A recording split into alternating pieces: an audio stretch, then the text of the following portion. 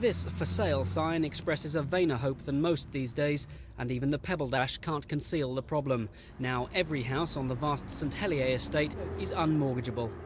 The cause of the problem is something called hoop iron. When they built these houses in the 1930s, they laid strips of metal like this one in between the brickwork, the idea being to strengthen the houses. 60 years later, the metal has corroded and expanded, and you can see the effect is quite the opposite.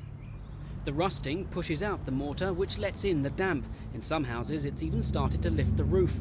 The problem is less visible, but even more acute on inner supporting walls. It could cost £50,000 per house to fix.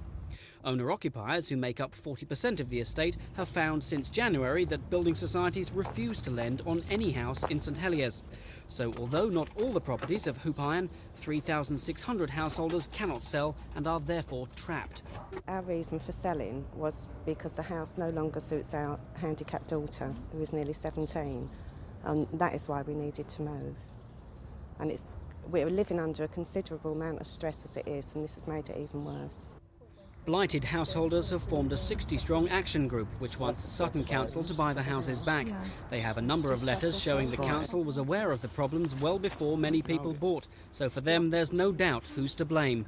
Well, Sutton Council, because they've lost the plans. And if they lost the plans and they didn't know which houses were affected, they shouldn't have sold them. Sutton Council denies any negligence and anyway says it couldn't afford the £13 million it would cost to repurchase just 200 of the problem properties.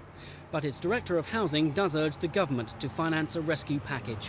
What we're doing is hoping that we will be able to demonstrate to the Secretary of State that these properties are structurally unsound and that the people have lost considerable amounts of money as a result of it becoming structurally unsound.